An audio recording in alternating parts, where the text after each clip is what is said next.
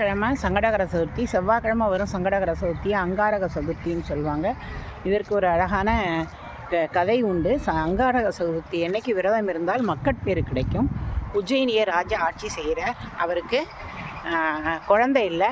அதனால் அவர் அரண்மனை ஜோதிடர் சொல்கிறார், நீங்கள் அங்காரக சதுர்த்தி விரதம் இருந்தீங்கன்னா உங்களுக்கு நல்ல ஆண் குழந்தை பிறக்கும்னு சொல்கிறேன். உடனே அவன் ஜோதிடருடைய மனைவியும் இருக்கிறாங்க. 2 பேருக்கும் குழந்தை பிறக்குது.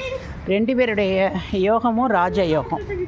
அப்போ குழந்தைங்க வளருது. அதில் 19 வயசு ஆகும்போது நம்ம ஜோதிடருடைய பிள்ளை காணாத போயிடுது.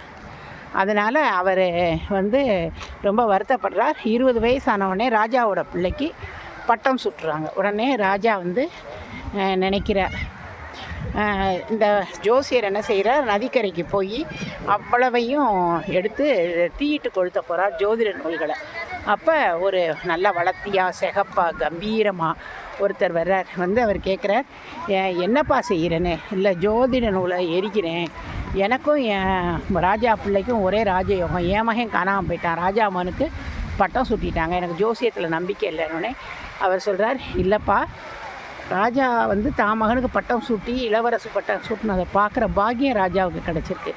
ஆனால் உனக்கு உன் மகனுடைய ராஜா பட்டம் சூட்டுறதை பார்க்குற பாக்கியம் இல்லை. ஏன்னா உனக்கு புத்திர சோகம். உன் மகன் 19 வயசில் எப்படியோ ஒரு தீவுக்கு போயிடுறான். அந்த தீவு ராஜாவுக்கு குழந்தை இல்லை.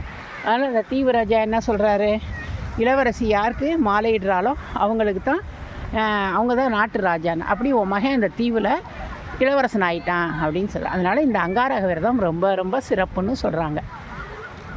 நம்மளும் இன்றைக்கி சாயந்தரம் கோவிலுக்கு போய் நம்முடைய வேண்டுதலை சொல்லி நம் மக்கள் பேர பிள்ளைகள்லாம் நல்லா இருக்கணும்னு வேண்டிக்கிட்டு வருவோம்.